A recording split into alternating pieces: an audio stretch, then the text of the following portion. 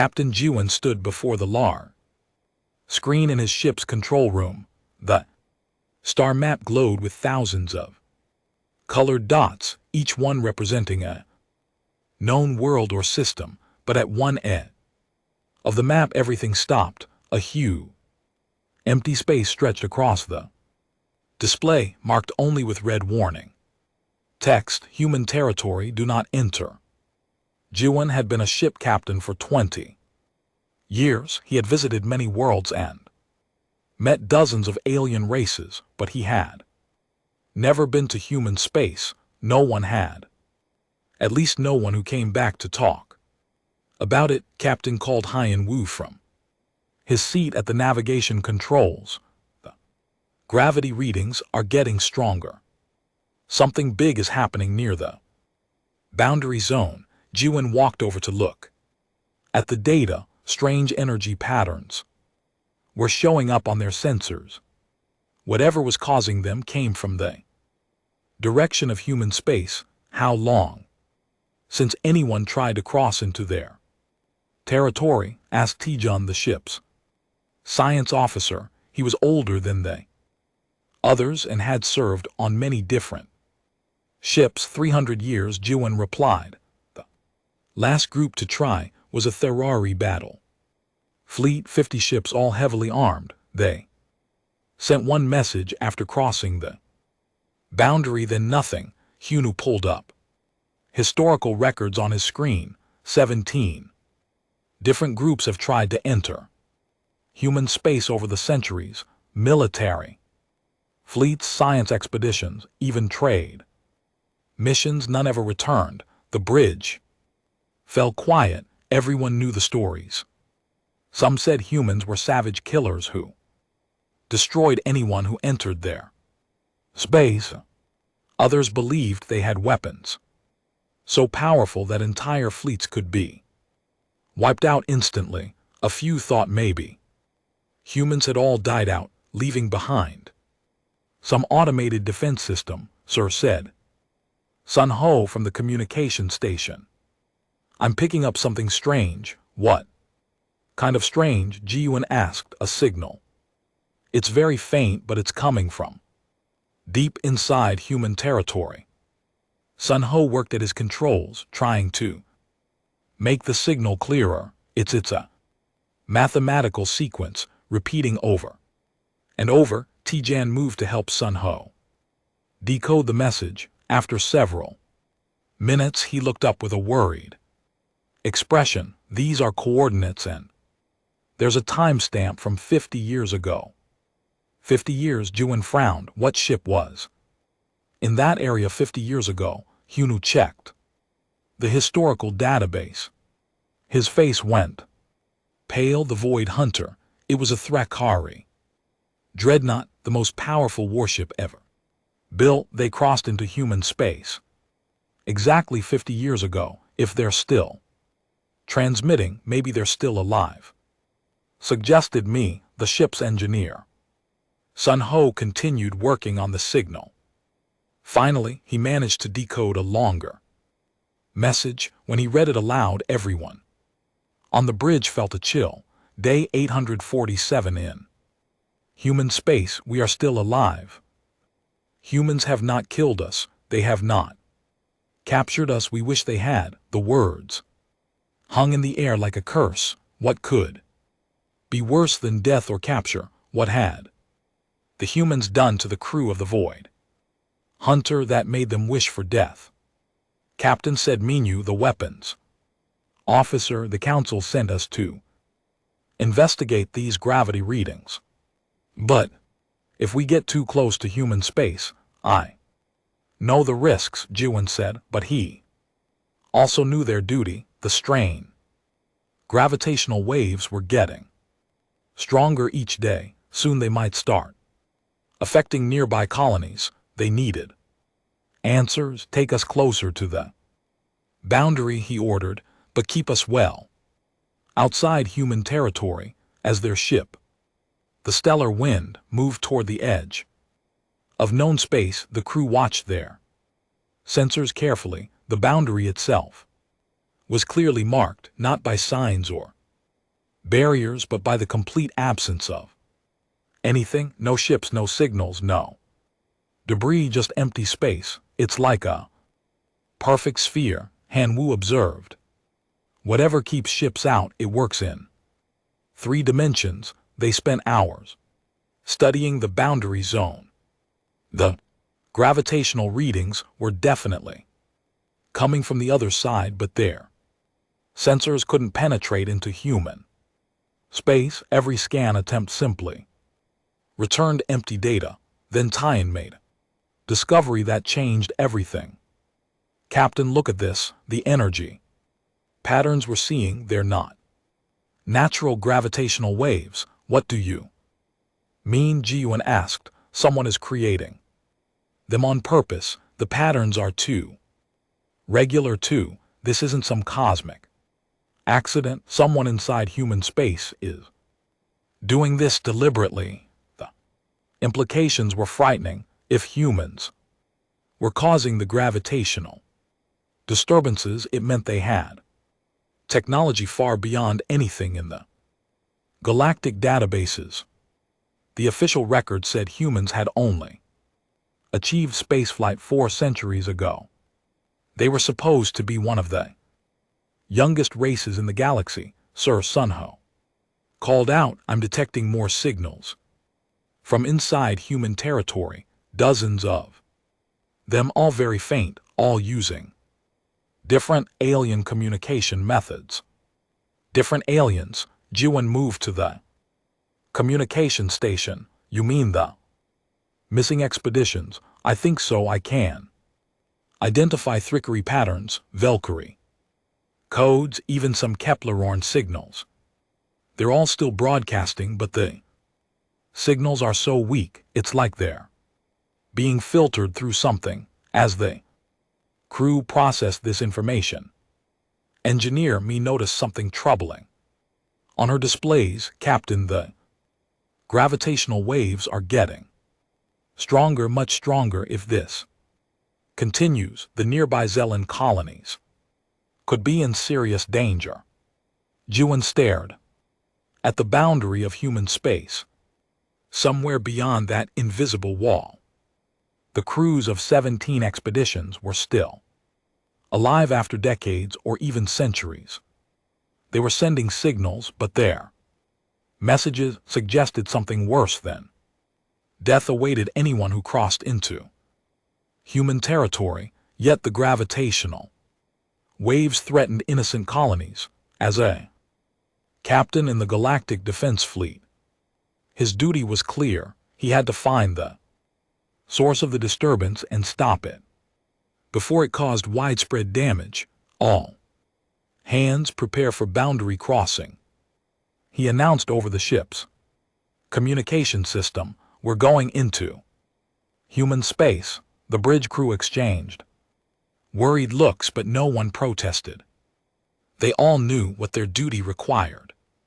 As the stellar wind approached the invisible boundary, every sensor on the ship began registering impossible readings. Space itself seemed to bend and twist at the edge of human territory. Then as they crossed the line, everything changed. Their faster than light engines shut down completely.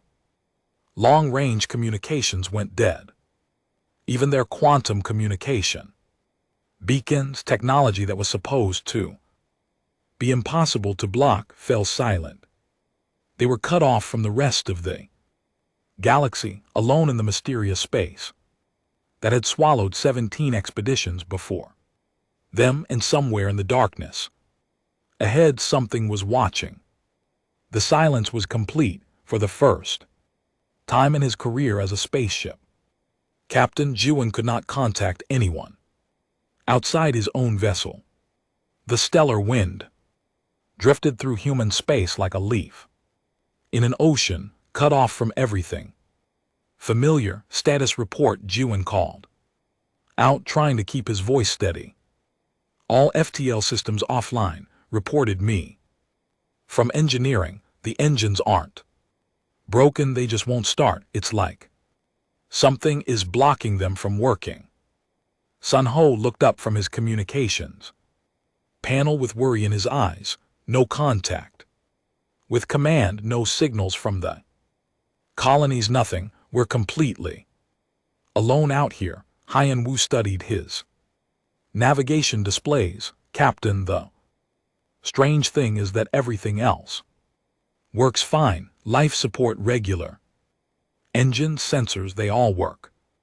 Normally, it's just the advanced systems that have shut down, like someone wants us to stay but not leave, T-Jun said quietly. Before Jiwon could respond, Minyu called out from the weapon station, Captain, ships approaching. Many of them. Everyone rushed to look at the main display. Dozens of contacts were appearing on their sensors, surrounding the stellar wind in perfect formation, but these weren't like any ships in the galactic databases. The human vessels were sleek and dark, their hulls seeming to bend light around them. They moved without any visible engines or energy signatures. Most disturbing of all, they appeared and disappeared on the sensors like ghosts, sometimes there and sometimes not. Are they trying to communicate? Jiwon asked. Nothing.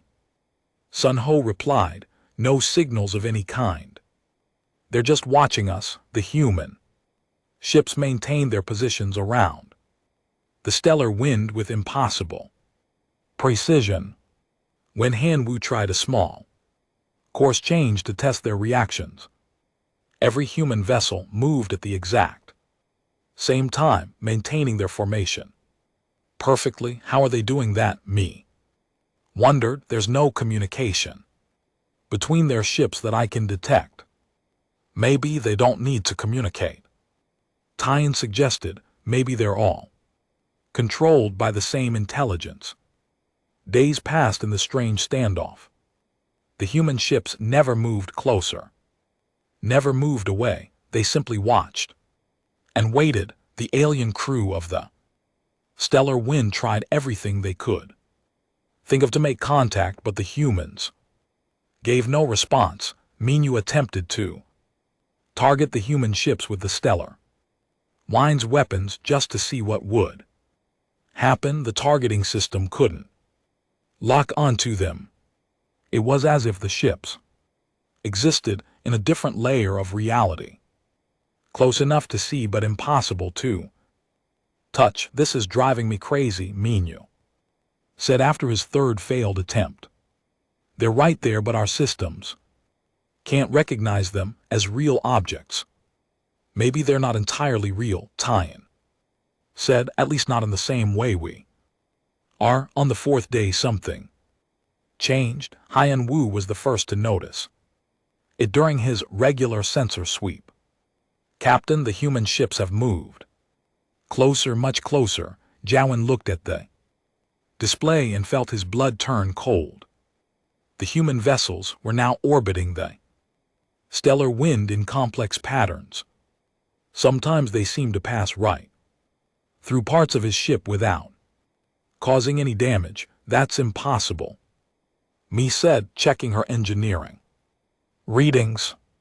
Nothing can pass through solid matter like that, but the sensors didn't lie. The human ships were moving in three-dimensional patterns around and through the stellar wind like they existed in multiple layers of space at the same time. They're studying us, T-Jun realized, just like we study interesting specimens in a laboratory. The thought made everyone uncomfortable. They were used to being the ones doing the studying, not being studied themselves.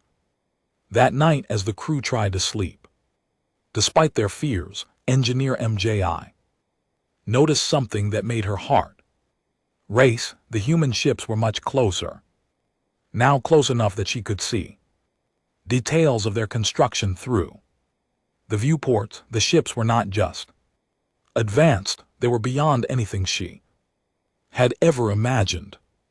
Their hulls seemed to be made of some material that flowed like liquid, but held shapes like solid metal. Energy Patterns moved through the hull material.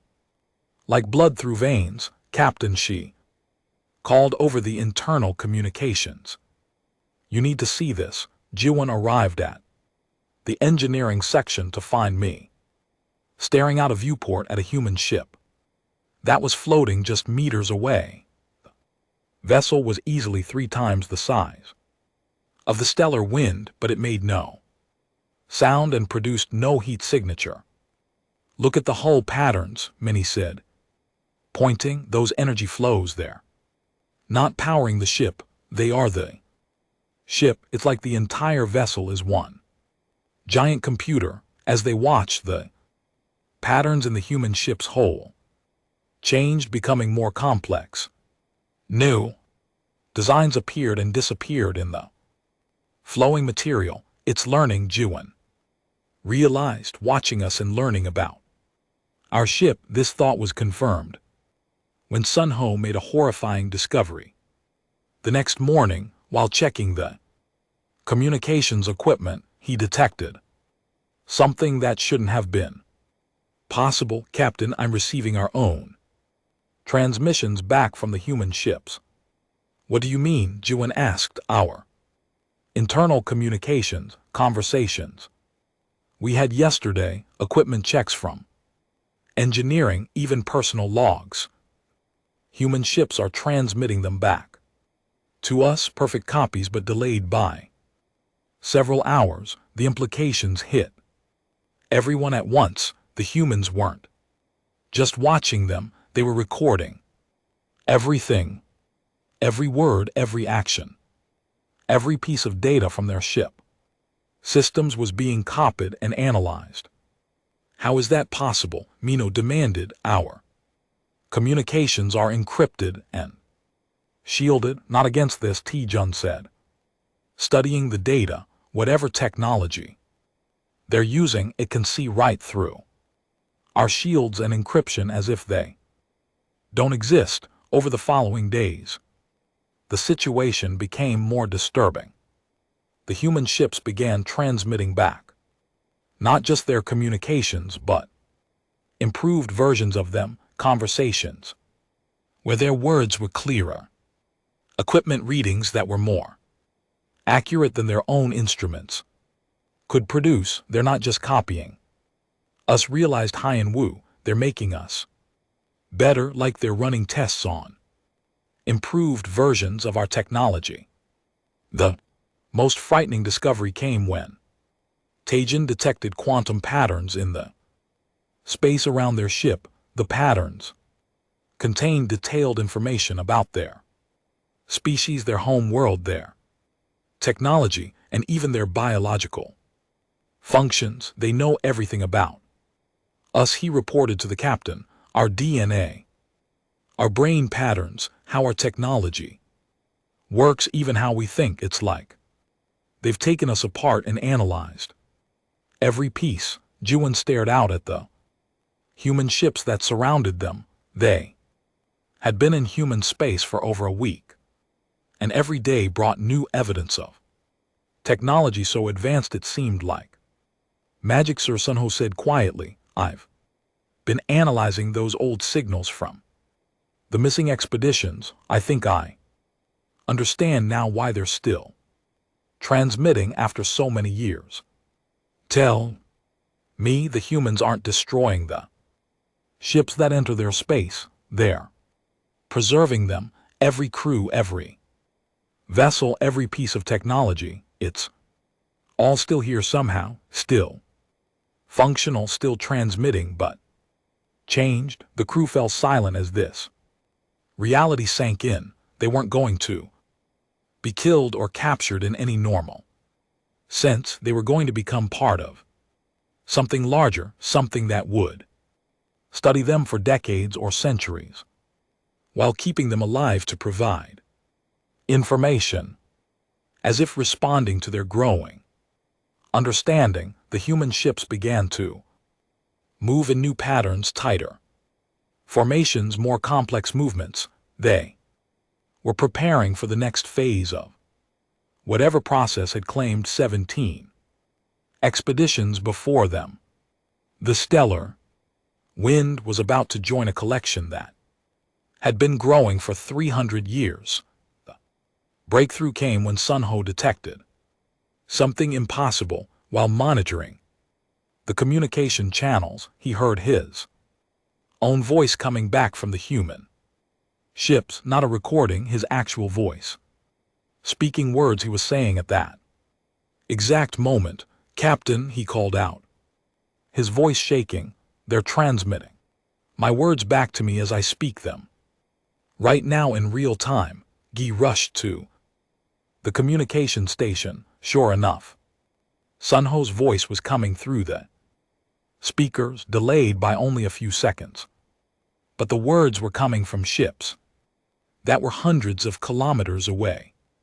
"How is that possible?" Jan asked, and his own voice echoed back from the speakers moments later. "They're not just listening to us." Taejun realized, his face pale. "They're inside our communication systems, inside our ship's computers.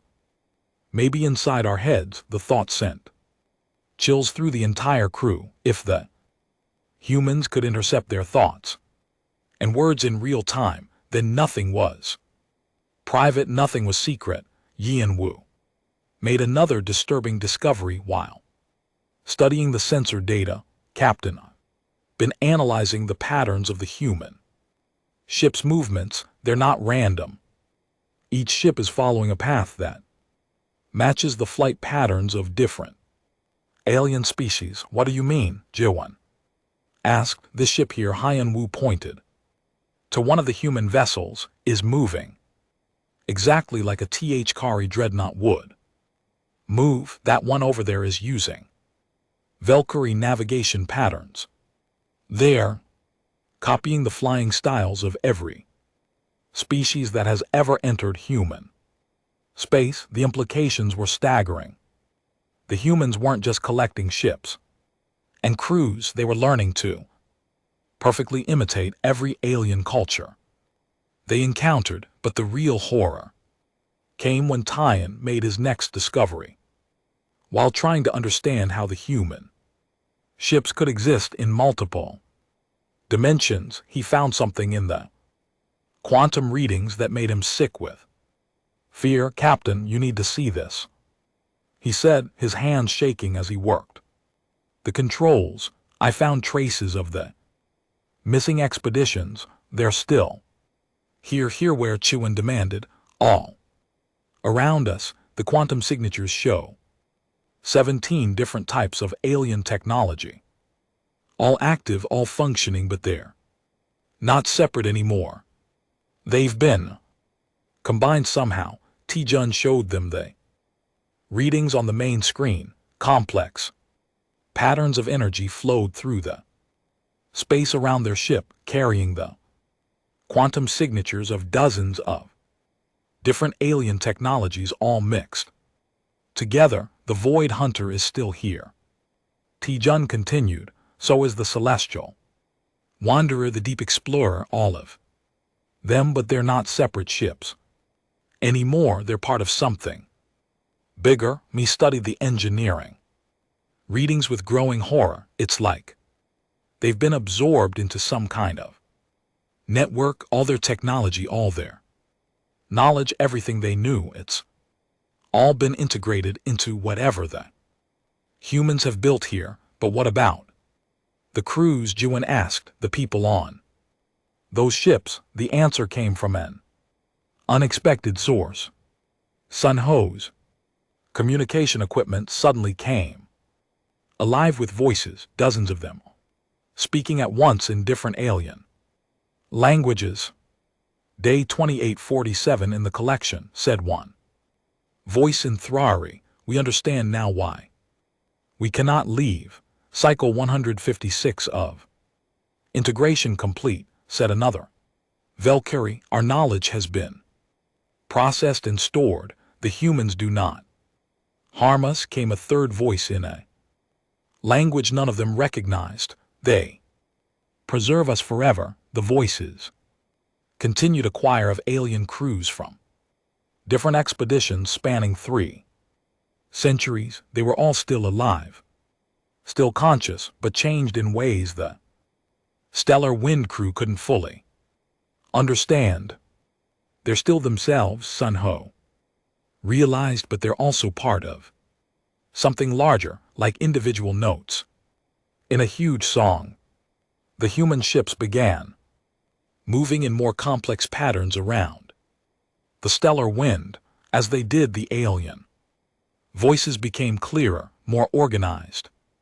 New specimens have arrived, the voices said in unison, now speaking in the common galactic language. Welcome to the collection. You will be preserved. You will be studied. You will contribute to the greater understanding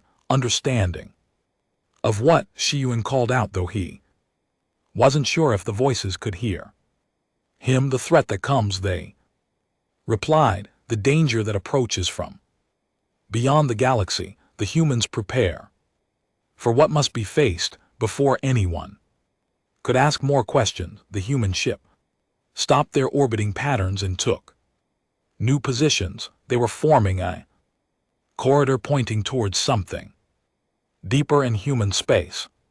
They want us to follow them, Hien Wu said, reading the navigation displays. To where? Mino asked, his hand moving instinctively toward the weapons controls. The answer came from the alien voices, now speaking with one unified consciousness. To the archive where all knowledge is stored, where all specimens are preserved, where the true work is done. As the stellar wind was gently guided along the corridor of human ships, the crew saw something that defied all understanding. Ahead of them, space itself seemed to bend and twist, revealing structures that existed in multiple dimensions simultaneously. What is that? Minji whispered, staring at the impossible sight. A research facility, Tien said, reading the sensor data with amazement. But it's bigger than most planets, and it's not entirely in our dimension. The structure ahead of them was vast beyond comprehension. Parts of it were clearly visible, made of the same flowing material as the human ships, but other parts seemed to fade in and out of existence, as if they occupied spaces that human eyes couldn't normally see. How many expeditions did you say had disappeared in human space? Ji-Yuan asked. 17, Hien Wu replied. I'm reading hundreds of different quantum signatures from that facility, Ti-Jun reported. Maybe thousands if each signature represents a different ship or crew. The realization hit them all at once. The humans hadn't just been collecting the occasional expedition that wandered into their space. They had been gathering specimens from across the galaxy for much longer than anyone realized, Captain Sun Ho said, listening to the increasingly complex choir of alien voices.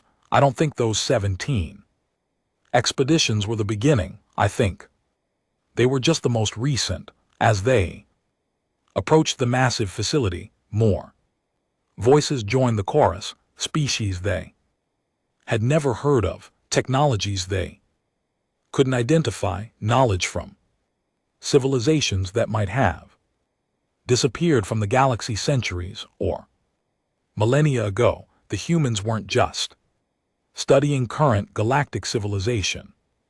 They were preserving the entire history of intelligent life in the galaxy, keeping every species, every discovery, every piece of knowledge safe from extinction. But safe for what purpose?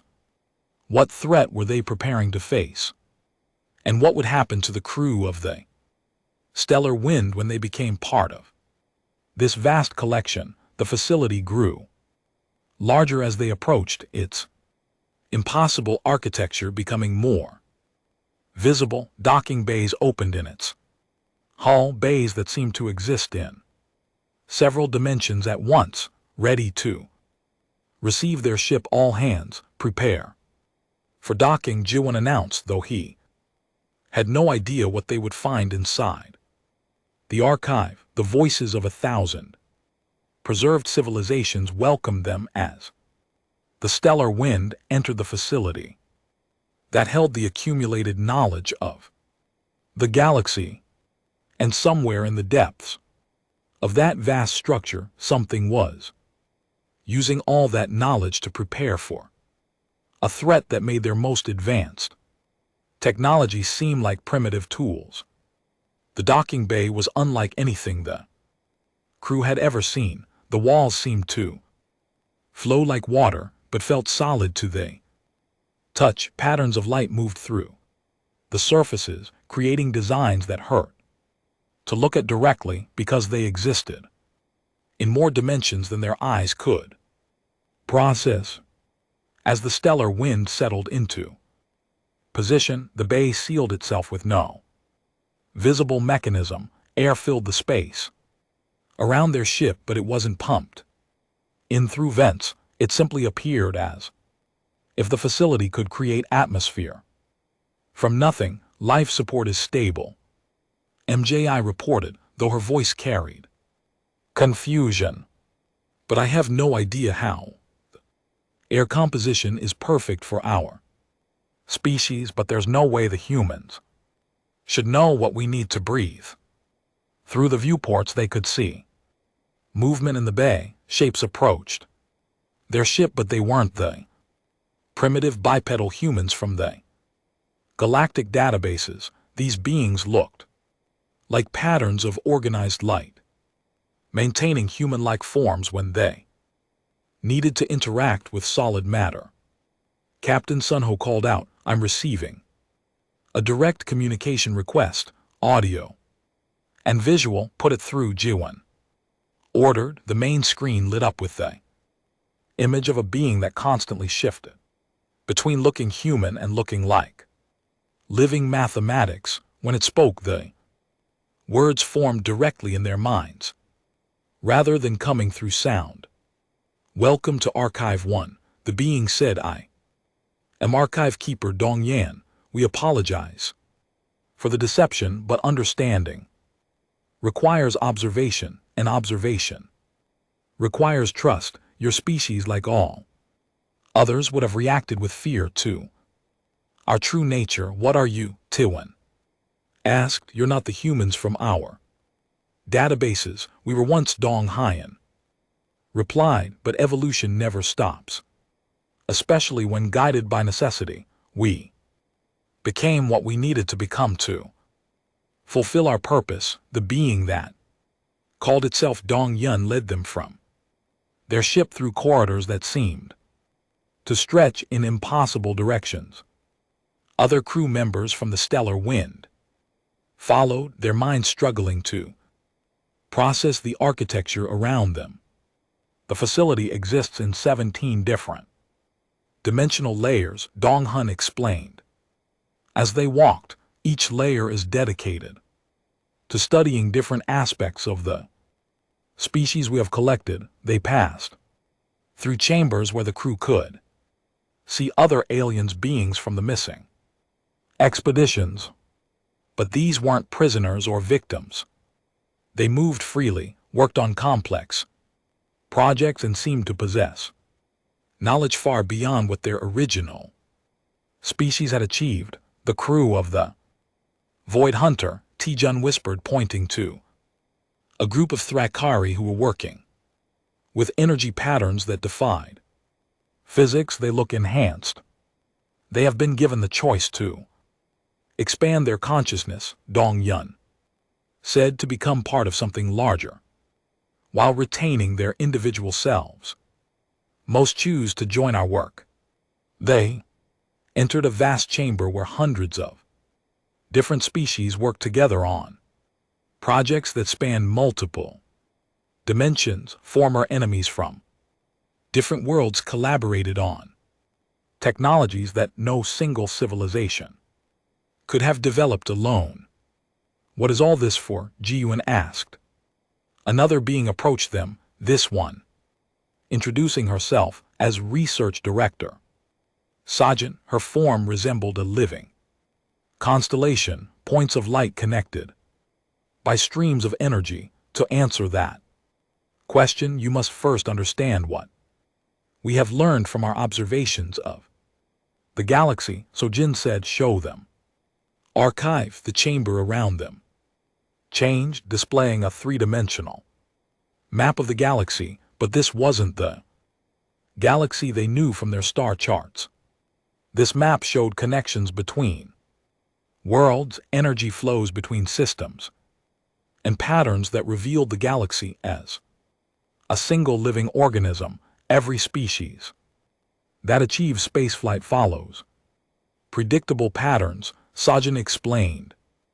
They expand, they explore, they eventually achieve a certain level of consciousness and technological development. When they reach that level, they become visible. Visible to whom? Haiyan Wu asked. The answer came from a presence that filled the entire chamber. A consciousness so vast that speaking with it was like trying to talk to a living planet. Archive Director Minj's voice resonated from everywhere at once. To the entities that exist between galaxies, the beings that feed on civilizations like ours. They have consumed 17 other galaxies, leaving behind only empty space. They are drawn to consciousness itself, too. The unique patterns of organized thought that mark intelligent life. The map changed, showing the space between galaxies. Dark shapes moved there. Entities so massive that entire star systems would be insignificant to them. The crew watched in horror as the simulation showed these creatures consuming galaxy after galaxy, leaving nothing but cosmic dust. They're coming here, Minj continued. We detected the first signs 3,000 years ago. They will arrive within the next century. 3,000 years, Guy gasped, but humans have only had space flight for 4 centuries. Another necessary deception, Dong Yun said. Humans have been spacefaring for much longer than your records show. The first contact events in galactic history were carefully staged performances designed to make us appear young and primitive. While we studied your civilizations, truth hit the crew like a physical blow. Every human diplomat, every human trader, every human tourist who had visited alien worlds had been gathering intelligence. For millennia, humanity had been building a comprehensive database of every species, every technology, every strength and weakness in the galaxy. But why the deception? Tijun asked. Because fear would have made cooperation impossible. Research coordinator Jiyun explained, his form visible as a network of interconnected consciousness. If the galaxy knew what was coming, panic would have followed. Wars between species, the collapse of civilization, the waste of precious knowledge that we needed to preserve. The map showed the defensive preparations humanity had made. Hidden throughout the galaxy were structures and technologies that could manipulate reality itself, all powered by the combined knowledge of every species that had been collected. Each expedition that entered our space contributed something essential. Sajin said the Valkyries' ability to process spatial relationships, the Thrakkaris' advanced neural networks, the Kepler-borns' natural adaptability. Every species has unique capabilities that add to our defensive capabilities. And our species? MJI asked. Your people have a natural ability to process quantum harmonics. MJI's vast presence replied, this ability is rare in the galaxy. With your knowledge integrated into our systems, we can complete the final component of the galaxy's defense network. The crew of the stellar wind stood in silence, processing the magnitude of what they had learned. The humans weren't the primitive newcomers everyone thought them to be. They were the galaxy's hidden guardians, preparing for a threat that would destroy everything if they failed. The choice your crew faces isn't just about yourselves, Ji-yoon said. Every day we delay is another day closer to the arrival of the entities. Your species' unique abilities could provide the final piece we need to save not just your worlds, but every world in the galaxy. Captain Ji-yoon looked at his crew. They had entered human space, expecting to find answers to some gravitational anomalies. Instead, they had discovered that the fate of galactic civilization rested on their decision. What happens if we refuse? He asked. You return to your ship with your memories modified, Dong-yun said. You remember finding only empty space where your instruments detected anomalies. You live out your lives never knowing how close extinction came, and if we agree, you become part of the archive. Your consciousness has expanded to comprehend realities your species was never meant to understand. You help us defend a galaxy that will never know it needed defending. Before anyone could respond, alarms began sounding throughout the facility. The beings around them moved with sudden urgency. What's happening? Ji-won demanded. Min-jae's presence filled with concern. Long-range sensors have detected something at the edge of the galaxy. The entities are closer than our calculations predicted, much closer. The chamber's displays showed the galaxy's rim where space itself was beginning to unravel. Reality was breaking down as something vast and hungry approached from the darkness between stars. How long do we have? Tae-jun asked. Months. Perhaps less, Min-jae replied. We need your species' abilities now. The defense network cannot be completed without them. The crew of the stellar wind faced their choice, knowing that the decision would determine not just their own fate, but the survival of everything they had ever known. Outside the facility, reality continued to deteriorate as ancient entities that fed on consciousness itself drew closer to their next meal. The facility shook as waves of distorted spacetime washed over it. On the displays around them, the crew could see the edge of the galaxy being consumed by something that existed beyond the normal laws of physics. The entities feed on organized consciousness, Archive Director Min-jae explained, the vast presence's voice carrying notes of urgency. They consume the patterns of thought that make intelligence possible. When they finish with a galaxy, nothing remains that can think, dream, or create. Ji-won watched the displays with growing horror.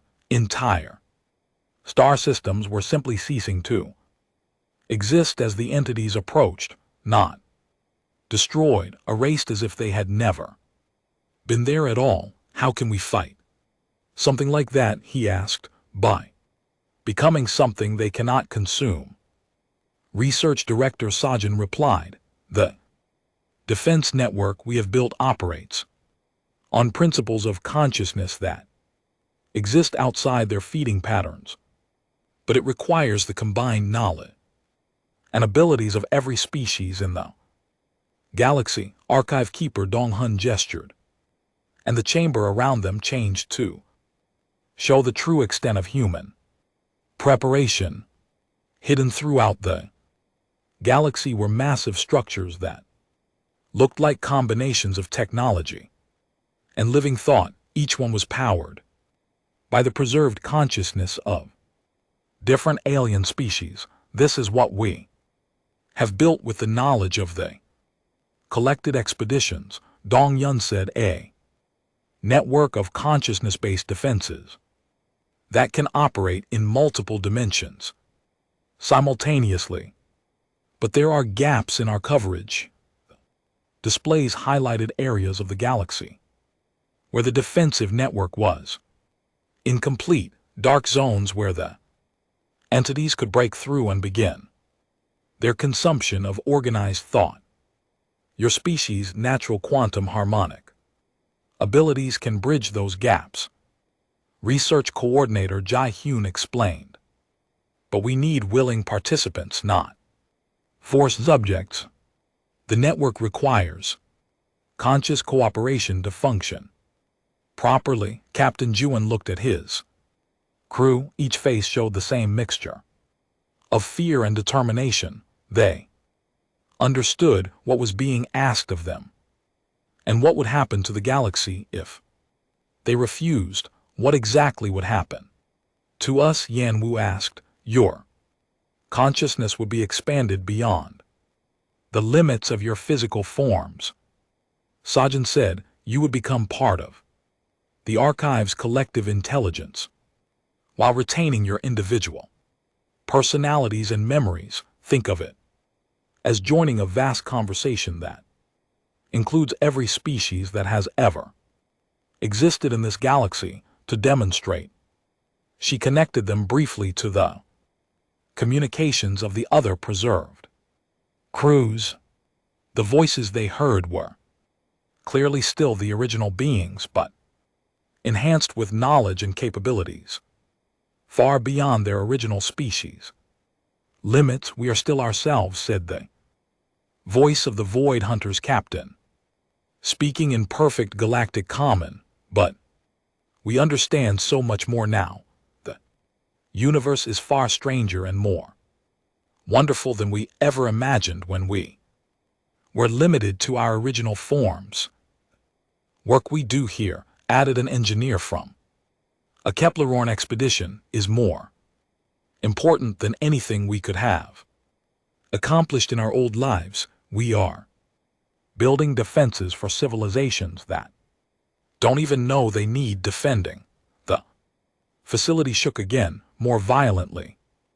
This time, emergency lights began flashing as the archive systems registered the approach of something that defied all measurement. Decision time approaches, Minjay announced.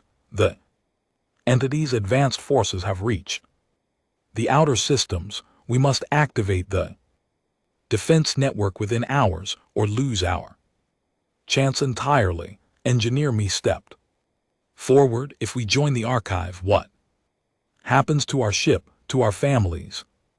Back home, your ship becomes part of the defensive network, Dong Hun explained.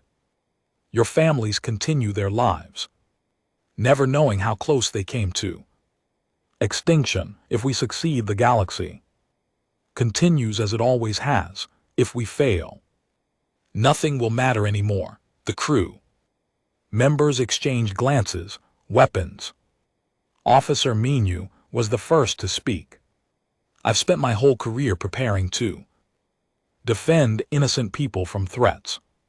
This is just a bigger threat than I expected. The research we could do, T-John added, the knowledge we could gain, it would be worth more than 100 lifetimes of normal study. Navigator Hyan Wu nodded slowly. And if we don't help, there won't be anyone left to navigate anywhere. Communications Officer Sun Ho looked at the displays showing the approaching entities. I've been listening to the voices of the preserved crews for days now. They don't sound like prisoners. They sound like people who found a purpose bigger than themselves.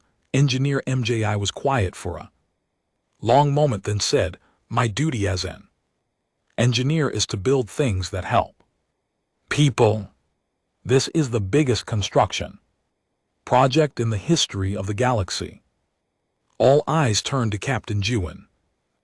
Decision was ultimately his, but he could see that his crew had already made Their choice, the same choice that 17 expeditions before them had made when faced with the reality of what was coming. "We'll do it," he said simply. The reaction was immediate. The archive systems came alive with new activity as they prepared to integrate the stellar wind crew into the defensive network. But before the process could begin, alarms sounded throughout the facility. "What's happening now?" Chewan asked. Mi's presence filled with alarm. Long-range sensors detect a breakthrough. At the Galactic Rim, one of the entities' advanced scouts has penetrated our outer defenses. It's heading directly for the core worlds. The displays showed a massive distortion. In space, I'm moving through the galaxy at impossible speed. Wherever it passed, star systems simply stopped existing. Not destroyed, not damaged, completely removed from reality as if they had never been. "How long until it reaches the populated systems?" Tyan asked. 6 hours, Minjay replied. "Less of it accelerates, then we need to integrate our crew now," Jiwon said. "Whatever process you use, do it fast. Integration normally takes days," Sajin warned. "Rushing it could damage your consciousness patterns permanently, and if we don't rush it, there won't be any consciousness patterns left to damage." G1 replied. The archive beings worked frantically to prepare the emergency integration systems around them. The facility's vast machinery hummed too. Life powered by the combined consciousness of thousands of preserved civilizations. "The process will be disorienting," Dong Yan warned as the crew was led to integration chambers. "You will experience memories and knowledge from every species in the archive. Try not to lose yourselves in the flood of information." As Jiwon lay down in his integration chamber, he felt the archive systems beginning to connect with his mind. The sensation was unlike anything he had ever experienced, like being plugged into the thoughts of an entire galaxy. Knowledge flooded through his consciousness. The history of civilizations that had risen and fallen millions of years before his species had evolved. Technologies that made their most advanced ships look like primitive boats, art, music, literature, and mathematics from 1,000 different worlds. But through it all he remained himself. Captain Jiwon of the Stellar Wind now expanded to include the experiences of every being that had ever joined the archive's mission. Around him, his crew underwent the same transformation. Each became more than they had been, while remaining exactly who they were.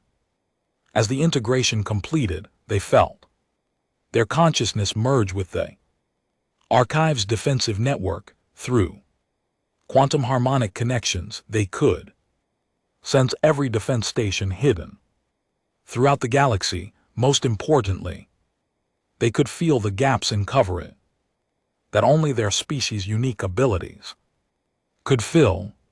Working together, they began bridging those gaps, extending the defensive network to cover every vulnerable point in the galaxy. The work was exhausting and exhilarating at the same time, requiring them to think in dimensions their original forms could never have comprehended. Network completion at 97%, Minjay announced.